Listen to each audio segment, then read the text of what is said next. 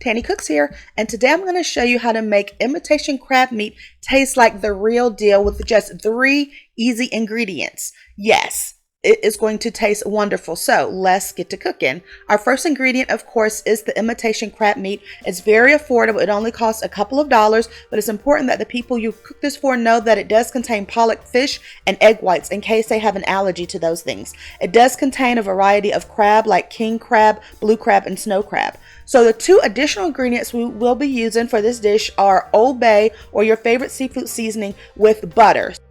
Melt a few tablespoons of butter in a pan on a medium-high stove and add a few teaspoons of your seafood seasoning.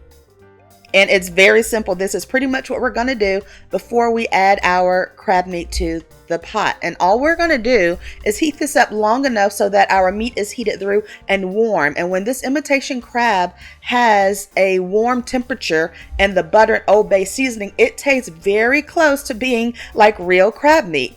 Try out this recipe and leave me a comment below and let me know if you agree. Now, of course, you know, king crab is like $45, $50 a pound. It's not going to be exactly the same, but it's close enough. And so for this imitation crab to only cost a few dollars per pound, I think is a great substitution on some days. So taste a piece and see if you feel like you need to add more seasoning to your liking. You may also want to add a little squirt of lemon juice. I decided to cut up some green onions because I love them. They add a fresh taste and a beautiful color. So give this recipe a try out and leave me a comment below and let me know how you like it. Thank you so much for watching this video. Please subscribe to my channel.